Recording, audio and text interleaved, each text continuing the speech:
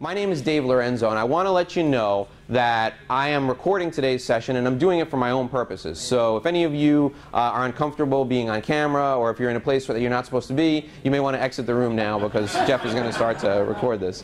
That's like a little Vegas thing. They always say that. So our session today is about helping you make more money, helping you enable the success you desire. And I'm going to give you 7 strategies. 5 of the 7 strategies are very, very low cost, if no cost, and you can do them within your BNI group, and they're directly applicable to BNI. The last 2 strategies are a little bit more advanced, and regardless of the business that you're in, you can use these strategies effectively, and you can use them efficiently based on the return on investment you're going to receive. Now, before we get started, I want to take a minute to tell you who I am and why it may be a good idea, or why you may want to listen to me today. Now, those of you who are in the room who are my friends, those of you who've heard this before, I'm going to ask your indulgence because you know the story. But I'm going to tell you what got me here to this point in just a couple of minutes. I used to be the managing shareholder, the managing partner of the Gallup organization. How many of you have ever heard of the Gallup poll? Okay. Gallup poll is probably one of the most trusted, one of the most respected names in polling and market research. And for 6 years, I was gainfully employed by them, and my job was not only to head up several consulting teams all around the globe, but also to manage over 300 big ego consultants. How I got that job is an interesting story, which I'll tell you when we get to strategy number 3.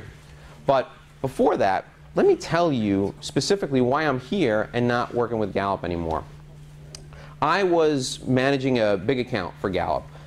It was an account for a pharmaceutical company. Any of you ever heard of Pfizer Pharmaceuticals? Yeah. They came to us and they said to us back in 2004, they said, we are petrified of the fact that Lipitor is going to go off patent protection. And it was scheduled to go off patent protection, I believe, in 2011. And they said to us, we want you to do a study on what will happen to Lipitor when it goes off patent protection. And we're expecting to lose 90% of the revenue. We want to keep an additional 2 to 3% of the revenue when that product becomes generic. How can we do that? We want you to survey all the doctors in our system. We want you to survey a significant portion of the patients. And we want you to make some recommendations as to how we can keep the revenue from Lipitor, as much of the revenue as we can. So my team went out and they did the study. And a year later, the results were just about ready. And it was December. It was cold, not as cold as it is now up there, but it was cold up in New York. And I got a phone call. I was in the office. It was a casual day. Consulting really slows down the second half of December. I'm in the office and I got a phone call. It was the chairman of Pfizer's office, Jeff Kindler's office, and it was his assistant. And she said, Jeff has to go to China next month when you're due to present your results. He wants you to come over with whatever data you have and tell him what you think the results will show. So I'm thinking to myself, okay, let me see. I have a lunch scheduled with my wife, who at that point was my fiance. She wasn't my wife yet. I'm thinking to myself, well, I've got a pile of data, but I have no conclusions that have been drawn from the data yet. I'm not really sure what I'm going to be able to tell him. I probably should just tell him this is not a good idea, I can't do it. But what do you think I did? I told him, I'll be there in 20 minutes, right? So I had a suit hanging on the back of my office door, which I kept for emergencies, right? Because there are consulting emergencies that pop up every single day. And I picked the suit up, put it on, grabbed my files, ran out into the street, walked down 6th Avenue, got to 6th Avenue and 43rd Street. There may have been 50 people in the crosswalk. 49 of them were successfully able to avoid the cab that hit me. The cops told me I flew 23 plus feet, 23 feet and some odd inches, and the next thing I knew, I was flat on my back being wheeled down the hall of St. Vincent's Hospital on a gurney looking up at ceiling tiles that looked kind of like this, and I was paralyzed from my armpits down. And I'm thinking to myself, had I only had the courage to do what probably was the right thing for the client, definitely would have been the right thing for me, and said, listen, this is not the best time to present this. Had I had the courage to do that, I wouldn't be in this situation now. And I did what all of us do when we get into a tight spot. I prayed. I said, God, if you let me out of this, I tell you I'm going to make some changes. I'm going to make changes to my career. I'm going to make sure that my lifestyle matches my business. In fact, I'm going to make sure that my business enables my lifestyle. Well, as you can see, I'm in great shape. I look fantastic, right? All right? And I will tell you that since then, I've had 2 children, so everything works. And it's very important to me that you know that everything works, okay? But I did make the changes that I promised myself and my creator that I would make. So I stand before you today as a guy whose mission it is to help people make a great living and live a great life. That's how I came up with the tagline for my business. We help people make a great living and live a great life. Now, I started this business working almost exclusively with lawyers. Now, why do you think I picked lawyers? Anybody have an idea? Anybody want to take a shot? Exactly right. Exactly right. The most successful lawyers you know are probably living the life that Dave Lorenzo back then was living, right? The most successful lawyers you know are probably working 70, 80, 90 hours a week. They're seeing their kids as they sleep in their beds, and they're not really enjoying the fruits of their labor. That person is thinking about one thing and one thing only. They're thinking how they can make their next sale. I contend that establishing relationships, developing relationships and deepening them is a much better way to go. Because once you have a relationship established, the value of that relationship can be almost infinite. So the way to create a great relationship, somebody walks into your office, the conversation you should have with them, first and foremost, follows along these lines. What I want you to think about and what I want you to ask them about first, number 1, what are your goals? Thanks for coming in today. It's great to see you. I'm really happy that you're here. Tell me a little bit about your goals for 2015. What do you have planned? That person will sit down and they will tell you pretty much exactly what they want to achieve in 2015. Now, they could tell you about their personal goals. They could tell you about their business goals. The point is, you want to find out what's important to them, okay? After you ask them about their goals, the next question is something that we often fail to do, but we definitely should. You ask them why these things are important to them, how these things will affect their life personally. Now, you may have heard the expression, it's not personal, it's just business, right? Anybody ever heard that? Okay. Well, I'll tell you, in my business, and probably in your business, regardless of what you do, it's personal. Because if my business does well, I have more money. You know, and money, what's money? It's fun tickets, right? It enables your freedom, right? Somebody said freedom. It enables you to have options. So money enables freedom. Your business helps your personal life. So you want to ask the person with whom you're talking, tell me, what will achieving these goals mean to you personally? When you do that, something magical happens. You begin to develop a rapport with the person with whom you're speaking, okay? They feel like you're really interested in them, and they feel like you're invested in their success. So the third question then is something that you can do to help them. You say, what's holding you back? Okay, and the reason you want to know what's holding you back, why haven't you done this before? What's holding you back? And the follow-up question to that is, who do you need to know, or who can I introduce you to that can potentially help you achieve these goals? What's holding you back, and who do you need to know so that I can help you remove these barriers? And I'm going to share with you something that is one of the hidden secrets of BNI. If you never got $1 worth of referrals from BNI, this will be the best thing that ever happened to you. Even if you got $1 million worth of referrals, this still may be the best thing that ever happened to you. You have the resources of an entire network of people at your disposal. So you're sitting across the table from a potential client or from an existing client with whom you want to deepen the relationship. You ask him these questions, and he's got a barrier that needs to be removed that's a really tough one, right? You can't do it yourself, but you have a network of people behind you that can help. And that network of people is sitting in this room. It's sitting in the room that you meet with every single week, maybe on a Thursday or a Friday. That's your BNI group, okay? You can be a one-person army because you're in BNI and offer those services to people to help them remove the barriers to achieve their goals, all right? So those are the questions that demonstrate your external orientation. Now here's the really cool thing that happens, all right? You go through this, and by the way, I don't recommend that you take a piece of paper with these questions on it and sit and read the questions verbatim while you're talking to someone. That's not cool. That's not going to help you in any way. You have to internalize these questions, put them in your own language, and make sure that you use them in a conversational tone. But what happens after you do this is the person will naturally ask.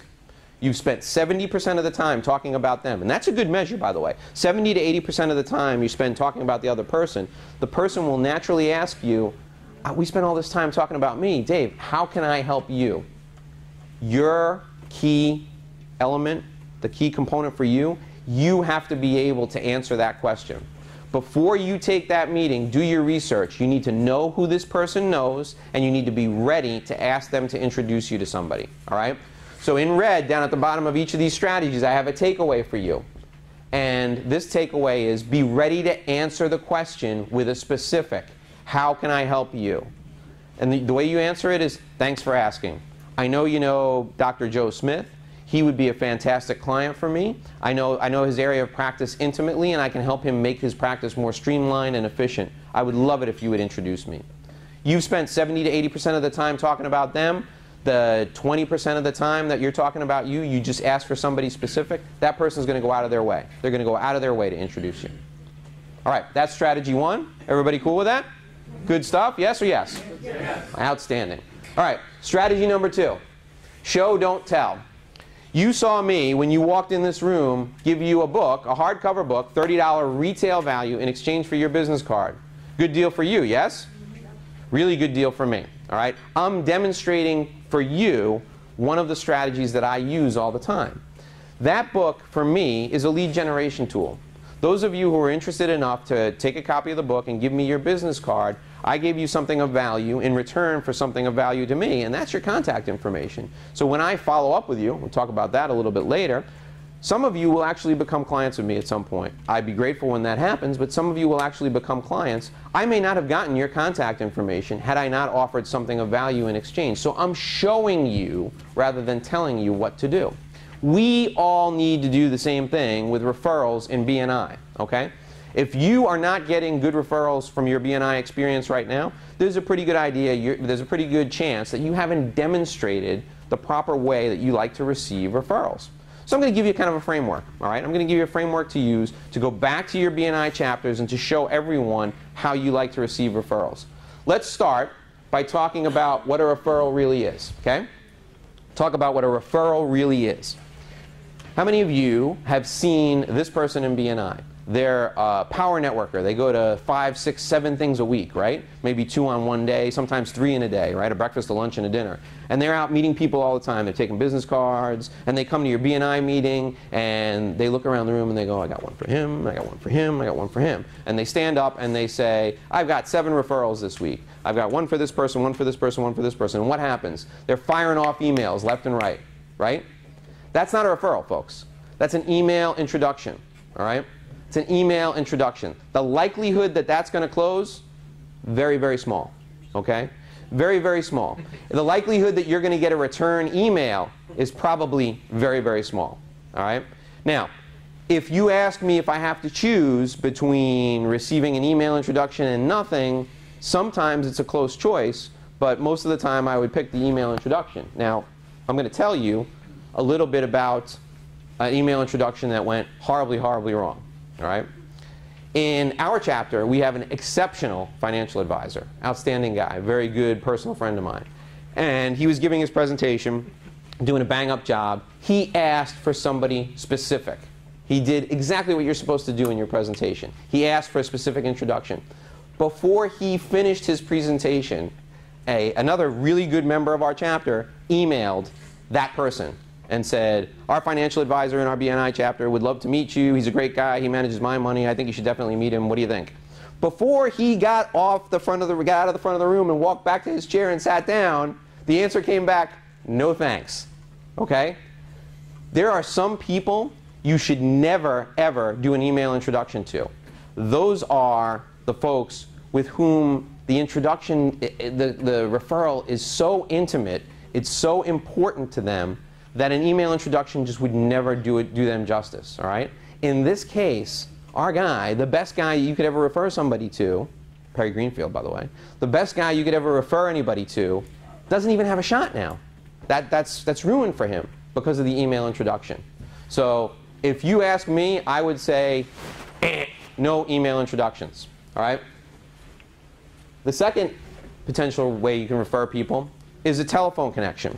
I do a lot of work with people from out of town. In fact, the bulk of my business is people from outside of South Florida. So if I ask you for an introduction to somebody and you want to introduce me to someone like we had yesterday in the room in Kansas City, you're not going to be able to take me to Kansas City and introduce me to the person. Probably not going to happen. So what you can do is we can arrange a telephone appointment. You get on the phone and you say, hey, this is Dave Lorenzo. He's the guy that helps everybody make a great living and live a great life. Got a lot of experience working with lawyers. I'd love for you to talk to him for 5 minutes, tell him what you do, see if he can help you. And you stay on the phone, right? You make that introduction. Better, much better than the email introduction, and it gives everybody a shot at success, okay? And that's all we're looking for, right? We're just looking for a fair shot. So the telephone connection gives people a fair shot. So that's kind of the gold standard. The platinum standard is the actual meeting, and that's what I would call a real legitimate referral. So I have a great person for you to meet. I want you to meet them right now. Here's what we're going to do. I'm going to set up an appointment for you, and we're going to go to lunch. And then I get that person, the person who I think would be a great client for you, I go to their office. I pick them up. I make sure that they come to the meeting. I drive them there. I sit next to you, and I say good things about you in the meeting so that I'm 100% sure that you're going to be able to get the best shot you can to win the business. Now, my friends, that's a referral. I would rather see, and I believe most of you would rather see, one of these per member per year in my chapter for me than hundreds of those emails. One per year per member, and I can make a lot of money in BNI. You guys feel the same way? Yes. All right. So that's what a referral is really. The elements of a good referral. How do I know if somebody's a good referral? Well, there's three things, okay? The person has to have a problem I can solve, all right? So if you want to refer somebody to me, or if I want to refer somebody to you, there has to be a problem you can solve for them, all right? Now, I can solve a lot of different problems, but there are some that are in my wheelhouse, right? You're a business owner and you're far too busy. You need to be able to get home on time every night, or you're a business owner and you need to figure out a succession plan. What happens when you retire? You need to figure out a way to sell your business. I'm your guy. I can help you with that. You're a lawyer. You need to pick up more business. You want to learn how to get better quality clients. I'm your guy. All right? Now, that's a problem I can solve, and that's good for me. All right? So that's box number one, checked off. Box number two, they have to have the ability to make a decision. All right? How many great meetings have you had with people who have no authority whatsoever? I've had millions of them. I mean, you have great meetings all the time with people who can't make a decision. Why? Because they're really loose. They got nothing to lose. They don't care because they don't control the purse strings, right? They're not the person who makes the ultimate decision. So they have to have a problem you can solve, the ability to make a decision. Number three, they have to have money, okay? So what you say to someone before you introduce them to another BNI member for a referral is you say, I'm going to introduce you to Joe Smith. I want you to know Joe's the absolute best at what he does. You only hire him if you feel a connection with him. You only need to hire him if you trust him. I trust him, but you only hire him if you trust him. And I will tell you that if you decide not to hire him, you need to do him the courtesy of telling him that you're not going to hire him. But here's the thing. He's going to cost you about, and you give him a price range. If this makes you uncomfortable, if talking about money right now makes you uncomfortable, let's not set up the meeting. Tell me that you have the money to spend, and if you do have the money to spend, or you do have a better way to put that, tell me that you have the resources to apply to this problem, okay? Tell me that you're prepared to make a commitment to solve this problem. If you are, I'll introduce you to Joe, and you just tell him yes or no at the end of the meeting, or you tell him yes or no when you agree to follow up. So those are the elements of a good referral. Problem you can solve, the ability to make a decision, and money, all right? Nobody wants to go to a meeting with someone who doesn't have those three things. Got it? All right. Everybody good with strategy number two? Any questions so far?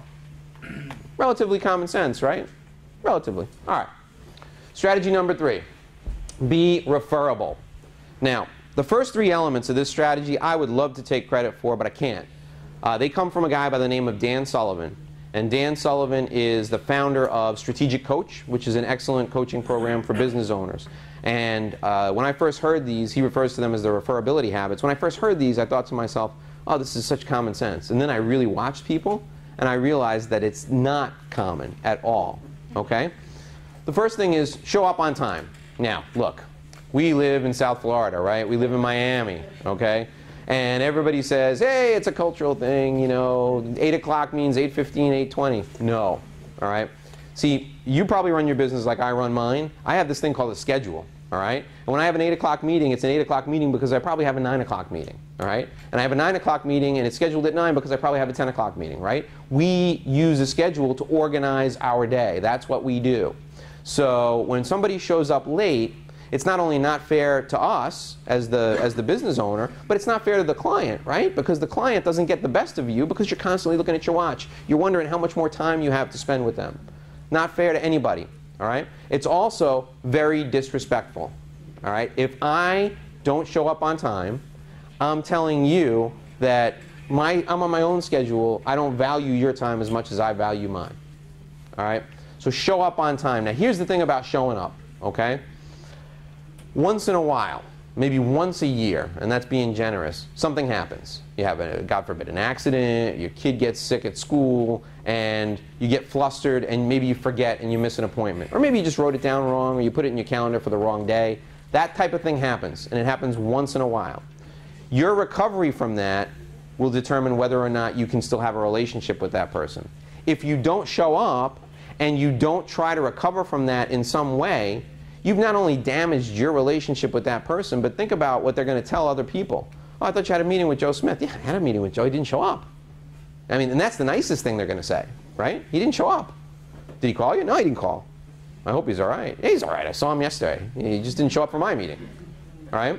So show up on time. The next thing, do what you say you're going to do. All right? Don't promise anything that you're not going to deliver. Very simple. I'd rather you not make me the promise. Just don't promise it in the first place. It's fine. We, as human beings, like to protect our self-esteem, right? And we like to make commitments to people because it makes us feel good in the moment. It's better to not make the commitment in the first place than to make the commitment and not deliver. So do what you say you're going to do. The next thing, say please and thank you. It's the very first thing we teach our kids, right? You want to know if somebody's a good person. You want to know if someone is referable. Go to lunch with them. Watch how they treat the valet who takes their car, right? Watch how they treat the host or hostess at the front door of the restaurant. Watch how they treat the person who fills the water cup. Watch how they treat the waiter after they take their order, okay? If that person has the same demeanor, uses the same language, please and thank you, with all those people as they do with the big shot who you're looking to introduce them to, that's a person who's going to represent you well. If they don't, it's not an indictment of them as a person. They may just be having a bad day, but you want to watch for that. When you say please and thank you, you're just making the bare minimum. That's the price of entry for being a human being, folks, okay?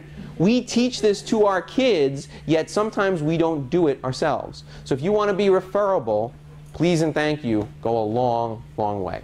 The fourth one, not Dan Sullivan's, Dave Lorenzo's, okay? No poop. Don't talk poop about people. Okay? Very, very difficult to do. Human nature, right? Gossip, that sort of thing. It's no good. It's no good. Okay? Because two things happen, right? The minute you start talking trash about somebody, the person that you're talking to wonders, I wonder what he says about me when I'm not around. All right? And the second thing that happens is it makes you look really, really bad. All right? We had an example yesterday. Somebody said, well, what if somebody asked me for a referral to a vet and the vet killed my dog? Can I tell them the story about the vet killing my dog? It would be very difficult, probably, to restrain yourself from telling that story. All right? I said, what you could do is you could just tell the story, and you'd probably be within your rights to do so. The other thing you could do is you could say, there's probably 35 or 40 really good vets in Miami and Broward. What I will tell you is, I can't tell you who to use as your vet, but I can tell you who I would never, ever refer you to. And that list has one name on it. And that's all you need to say, right? That's really all you need to say, all right? So the referability habits. Show up on time, do what you say you're going to do, say please and thank you, and don't talk poop about people. Uncommon sense.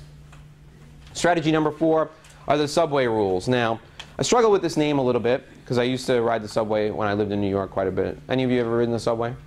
Yeah. People get really close to you on the subway, right? So this rule, it's an intimate experience, yeah. This rule is for when people are that close to you, or you could say arm's length, when somebody's within arm's length of you, right? When somebody comes within arm's length of you, if you want to perhaps make a new contact, and I'll tell you how this helped me. If you want to make a new contact with someone, here's what you do. In fact, let's take Starbucks. Every drink at Starbucks takes 3 minutes to make. I don't know why. Maybe it's a rule they have, but every drink, even simple coffee, takes 3 minutes to make. So you're standing at Starbucks, and there's always 2 or 3 people there. Hardly ever just you, right? There's 2 or 3 people standing around the counter at Starbucks waiting for their coffee to be made. And you're standing there, and one of the things you could say, you look for a point of commonality. hey, you know, do you ever wonder why every drink here at Starbucks takes 2 or 3 minutes to make? And the person will look at you and they'll say, you know, that's true. I never thought of that. And then you can ask them something simple like, what do you do for work? And they'll tell you. And again, you can get them to talk about themselves, get them to open up a little bit, and perhaps ask them, gee, that's interesting. How did you get started doing that? By the way, those are my 2 favorite questions. Believe it or not, I'm an introverted person. I'm more comfortable doing this than I am in a one-on-one setting.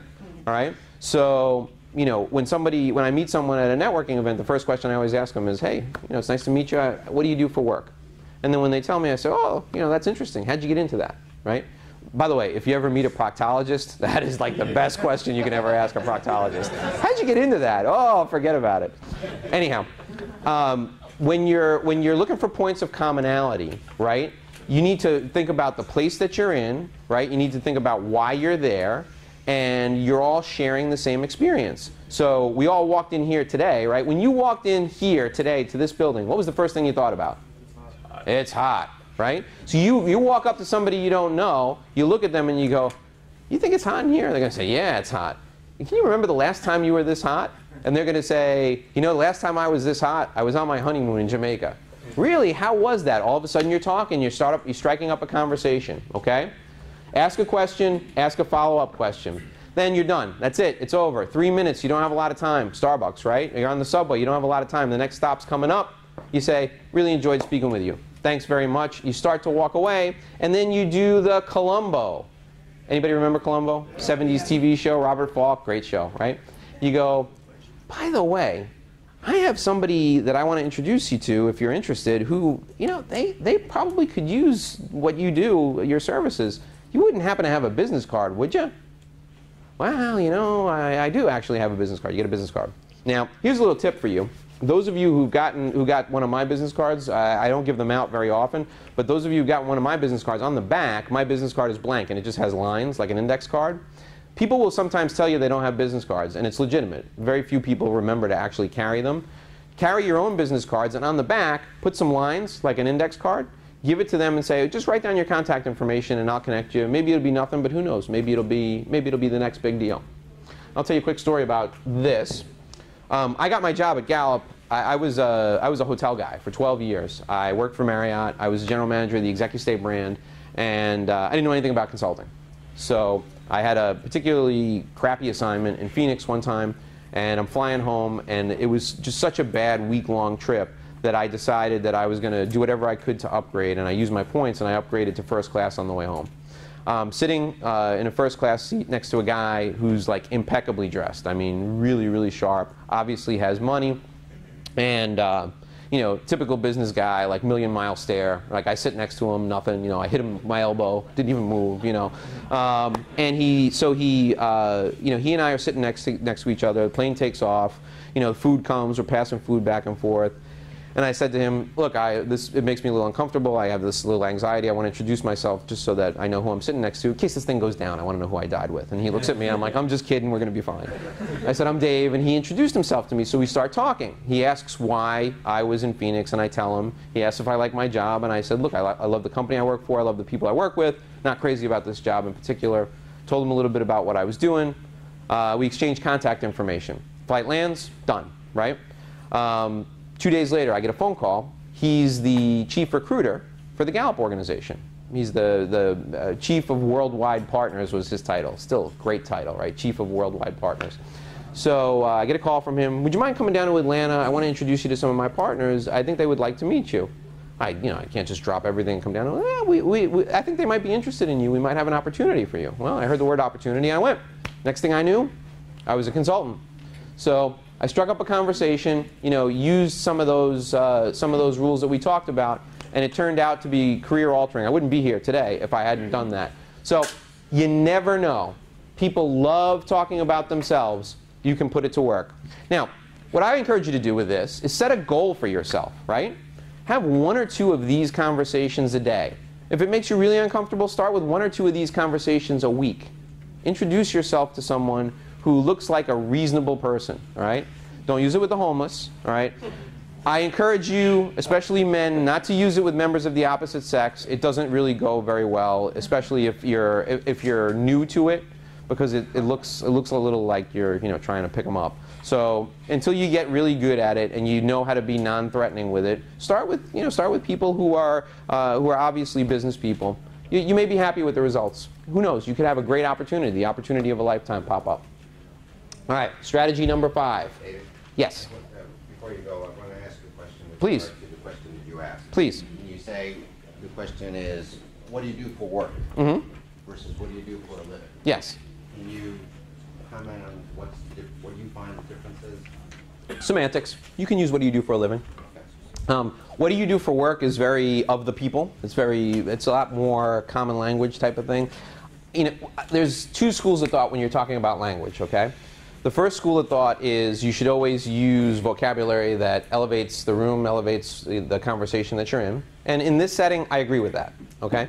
Second school of thought is when you're meeting with someone, you want to communicate using language that is the, I hate to say the lowest common denominator, but you want to make sure you're understood, right?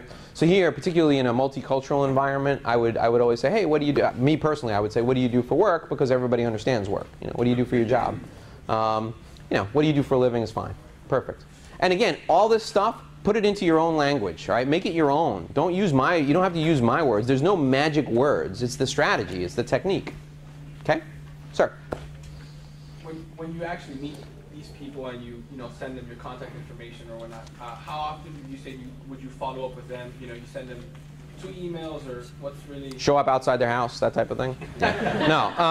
What I would tell you is this. What I try to do, if I think somebody's valuable, and I met them and I think to myself, that's a good person for me, I try to do this. I try and put some money in their pocket, okay? I try and connect them with somebody that I know can help them right away. And you look like you have something really important to say. Please. You know what? You're thinking about Starbucks. I'm a builder. I go to Starbucks in Pinecrest, Coral Gables. That's the best place for business. Isn't it? Yeah. Who can afford a $3, $4 cup of coffee every day? There you go. Doctors, lawyers. I've met Pat Riley. All these, I get business. Right? What I tell my clients who are lawyers all the time is you want people to call you with any legal issue.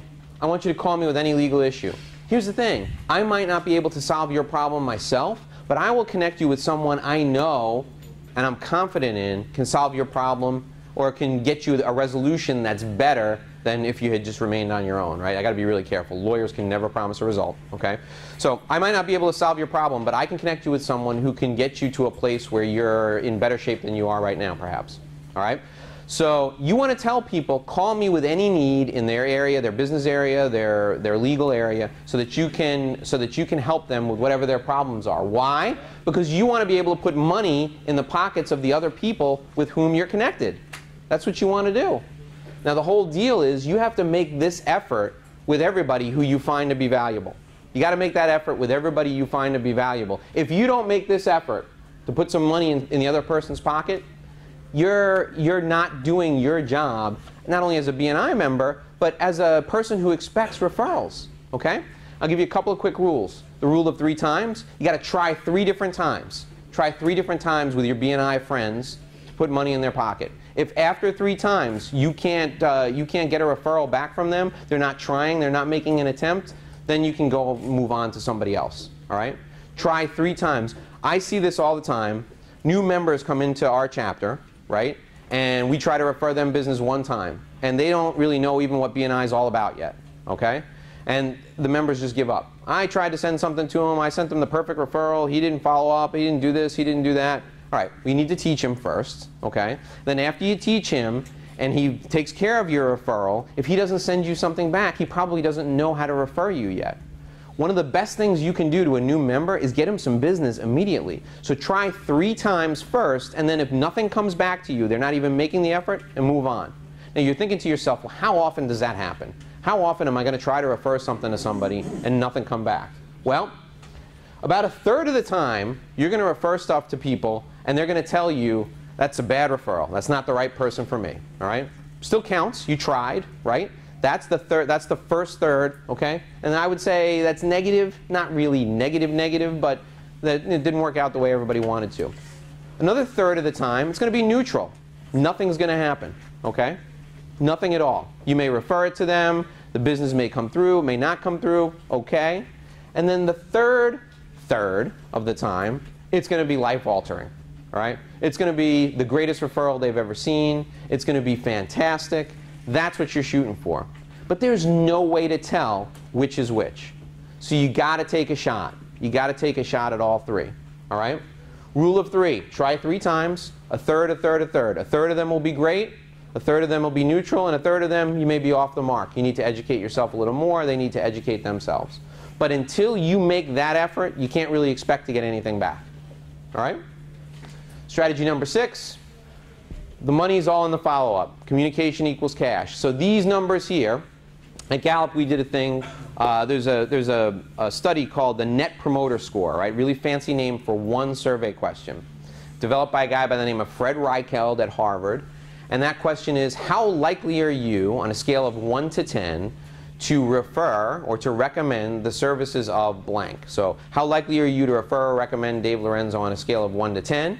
An answer of 8, 9, or 10 is considered highly likely. Okay? So what we're looking for is a checkbox of 8, 9, or a 10. People who communicate with their clients, right? By the way, this presupposes that you're providing outstanding service and people are delighted with the service you provide. Okay? You provide that service, they're happy, they think it's outstanding.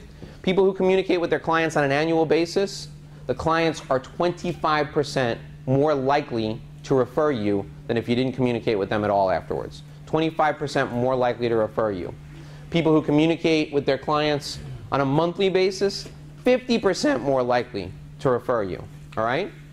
Weekly, 75%. I rounded these numbers, by the way. They were, you know, percentages that are, and decimal places and everything. I rounded them for you. Weekly, 75% more likely, and daily, 90% more likely. I have no expectation that you're going to communicate with your past clients and your referral sources on a daily basis. So don't worry about that right now. But the least you can do is monthly or weekly. Okay? You want to deepen your relationships. You want to increase the lifetime value of your referral sources. You want to increase the lifetime value of your client relationships. Communicate with them monthly. Communicate with them weekly. Here are some ways you can do that. Simple email newsletter. Okay?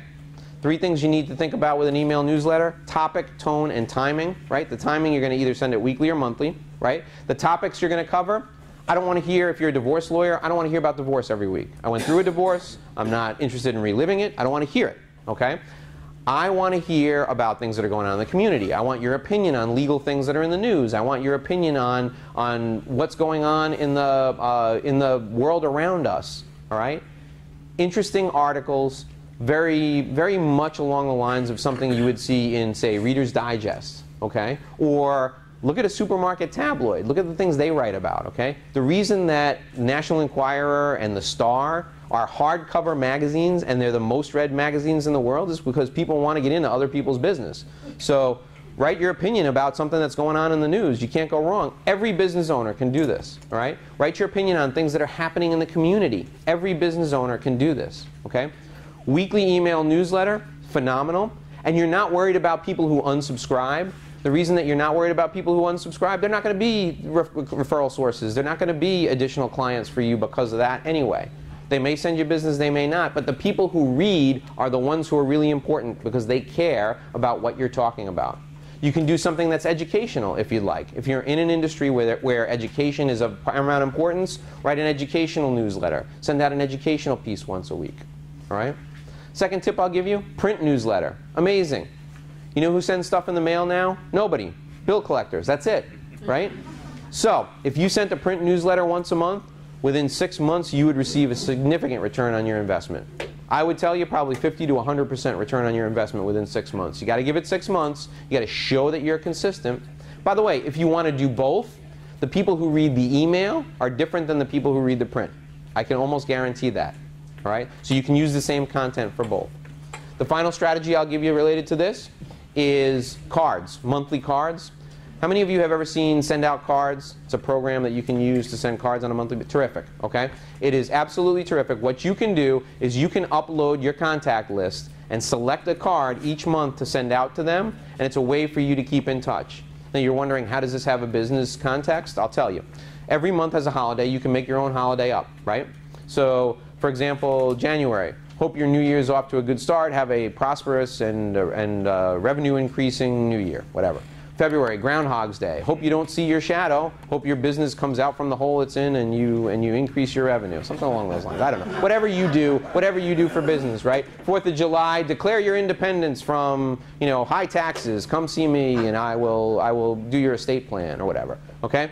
Every month has a holiday. I promise you we can find a holiday in every month. You send out a greeting card, people love it. They absolutely love it. Now, I know what you're thinking. My clients are too sophisticated. They would not appreciate a greeting card. And I'll tell you a quick story. I worked with a client, was the managing shareholder of a big law firm here in Florida. And when I got him as a client, we enrolled him. We put him on the list for the cards. And my wife, who helps me out, said, Dave, you really don't want this guy to get like the Groundhog Day card and the 4th of July card. I said, yeah, I do. Put him on there. Who cares? What's he going to do? He's going to throw it away, right? So I go into his office after 3 or 4 months of this, and his assistant says, come here, I want to show you something. He wasn't in his office. She sits me down in the chair. She opens a cabinet right behind his desk, and in the cabinet, lined up, are the last 4 months' cards, like little kids do, right? And I said to her, I can't believe it. She said, yeah, your cards are they're really important. He saves every one of them. I said, he does. Why does he do that? She said, nobody likes him. You're the only person that would ever send him a card. He's been a client forever. He's been a client for 5 years. Great, great client. So it works, okay? And don't think your clients, the moral of the story, don't think your clients are too sophisticated. All right? Everybody loves a greeting card. All right, strategy number 7. That's the revenue on-ramp, okay?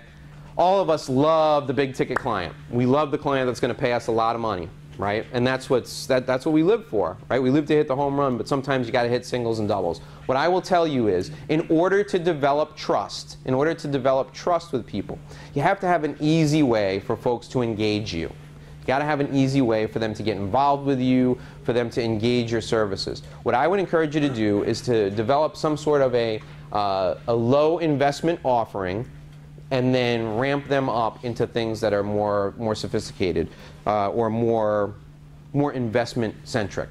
So let's say, how are you going to do this? All right, let's say that you're I used Judson Cohen yesterday. I'll use Judson Cohen again. How many of you know Judd? Personal injury attorney, great guy. Okay, Judd's a personal injury attorney, so he doesn't charge people. He gets his fee when he wins the case, right, or when he settles the case.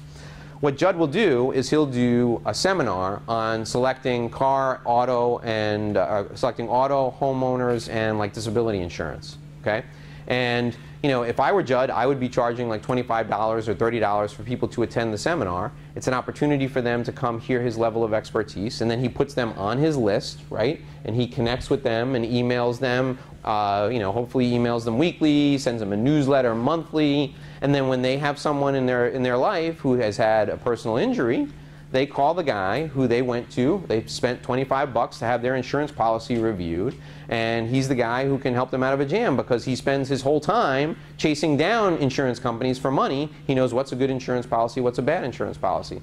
All of you have the ability to create this entry-level offering, this gateway offering, and create a revenue ramp to allow people to engage your services.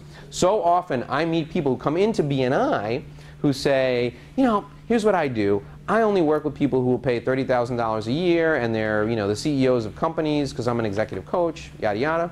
I get it. But in order for people to make that referral, they have to experience you, experience who you are and what you can do. So you got to create an offering that makes sense for them, economic sense for them, to invest that little bit of money and that little bit of trust in you first. So create a revenue ramp in order to escalate the level of trust people have with you. All right? Now, really quick, because I promised you I'd get you out of here in 55 minutes, I want to tell you who good clients for me are, all right? Because I know that you guys know who these people are. You're all probably sitting on a flyer with my business logo on it. So a great client for me would be a business owner who is interested in growing their revenue in their business. Okay, April 17th, one day, 8 hours, including lunch. I'm doing a seminar for business owners who want to grow their revenue. This is my 51 best strategies, and how I developed the strategies that I'm going to teach that day. I took the strategies that I've used over the last 7 years of doing this, and I went through client by client, and I said, what worked for this person, what worked for this person, what worked for this person, and then I invited all those people to come and present the strategies to you. So half of the time I'm going to present, the other half of the time these people are going to do case studies, and they're going to present them to you. April 17th, we're offering a 50% BNI discount. If you sign up to attend before the end of next week, you can get a 50% BNI discount. If you want to refer people, that would be a great way to refer me to them. Business leaders who want more time, another great referral for me. If you want to refer me to a business leader who's super successful and they want to find ways to get out, get home on time for dinner every night. Law firms, any type of law firm you can imagine, big, small, great referral for me, whether they need better clients, more clients, or if they simply want to figure out a way to get things done without doing it all themselves. Great referrals. Finally, other people who do what I do. I like to meet other coaches and consultants because doing this, starting this business, just like starting your business, is not easy. So I'm happy to help people get a jump start on their coaching or consulting career. I'd love to meet those folks. Those flyers are on your seats. If you haven't gotten a book, trade me a business card for a book. With that, I'm very grateful that you came, so I thank you for doing that, and I'm happy to take any questions that you have. Yes? I want to talk to you afterwards. Okay, I will be here. Hey, Jonathan. Staffing group. What do you think about texting? Real quick, a client could be potentially, it's a home run potential. Yeah. Sat in his office and cried to me about what the issues are. Around the biggest issue, but I send in people, as you know what I do, staffing. Yes. Slow to get back, and he gave me his business card. On the business card is his cell number. Yeah. Do you text him once a week? Do you say, hey, I haven't heard from you? Yeah, it's an interesting question. It depends on the person. Yeah, it depends on the person. I personally am not a big fan of that, but if he put his cell phone number on the business card, the first thing I would do is I would make a phone call and I would take a shot. And if you have to leave a voicemail message, you leave the voicemail message, and you say something to the effect of, it's Jonathan Cherry, we met a couple weeks ago, I have something that's exactly an answer to the exact question that you brought up, please call me back. And then if he doesn't call back within 24 hours, I think it's okay if his cell's on the business card to take one shot at a text. You know, like you, I work with a lot of attorneys, right? And I find that attorneys, particularly criminal defense attorneys, are really big into texting. I guess that's the way they communicate with their clients. So I get a lot of texts from attorneys. I'm not a big fan of that. But, you know, if his cell's on the business card, take one shot after you leave a voicemail or try to talk to him. Yeah, Robert construction. I meet a lot of people, I get a lot of estimates out, and I don't hear back from people. Ah, I love this question. And what do you do? How do you follow up with Yeah. that? So we're going to fix this. We're going to fix this for you right now, okay? Before you give out the next estimate, right, what you say is, what's your name? Ken? Ken. You say, Ken, thanks for inviting me over. I looked at your place. I'm going to write up an estimate for you. I want you to know, Ken, that it's going to take me about an hour and a half to do this estimate, okay? And I want you to know that I would really enjoy working with you. If for some reason you don't think we're a good fit, I ask that you give me the courtesy of letting me know that we're not a good fit and just giving me the reason why. So before I sit down and invest this hour and a half of my time into writing this estimate, can we agree that you're going to give me a yes or a no, and let's say you'll give me a yes or a no within 3 days after the estimate. Can we agree to that? What do you say, Ken? Yes. All right, see? Ken will give you a yes or no. But that's what you do. Before you ever give out an estimate or a proposal in any business, you have that upfront agreement. Not that they're going to say yes, because they don't know yet, right? But that they're going to give you an answer, all right? It's just common courtesy, respect, right? I'm going to spend an hour and a half on this. It's my pleasure to do it because I'd really like to work with you. All I ask is that within 3 days of the estimate, we set an appointment and you give me a yes or a no. And if you say no, totally fine, I get it. I just want to know the reason why so I can improve for the next time. That's what I do it all the time now. And what, you know, I've had 2 or 3 times in my career, I've had people tell me, you know what, just don't do it. It's like too much pressure. I can't deal. Like, you know, and that in and of itself is an indication that they need help, right? But that in and of itself is an indication they need serious help, right? So you invited me over here. I looked at all this stuff. Now you don't want the estimate? Okay. All right. Any other questions? Yeah. My name is Will. Hi, Will. I was just wondering what happened with Pfizer.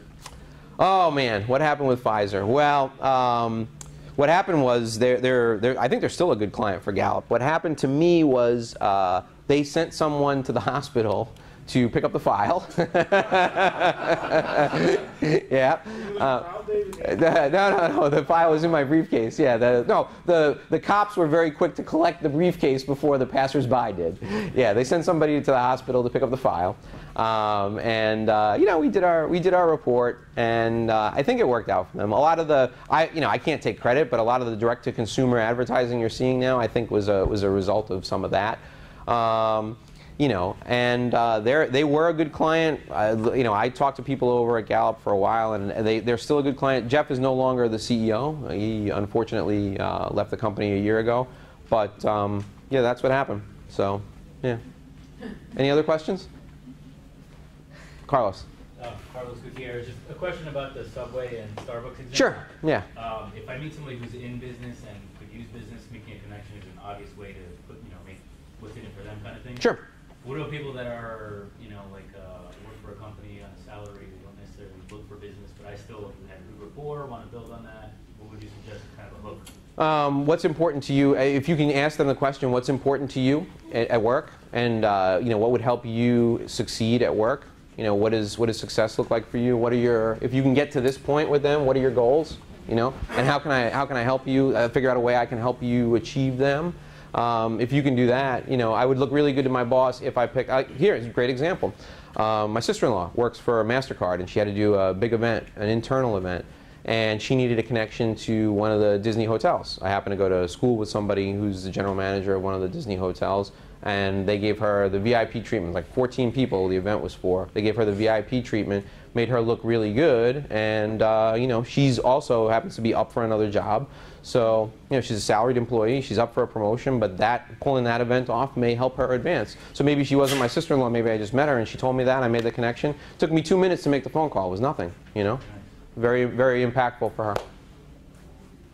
There was one more question or nothing else? Just want to ask you a little question.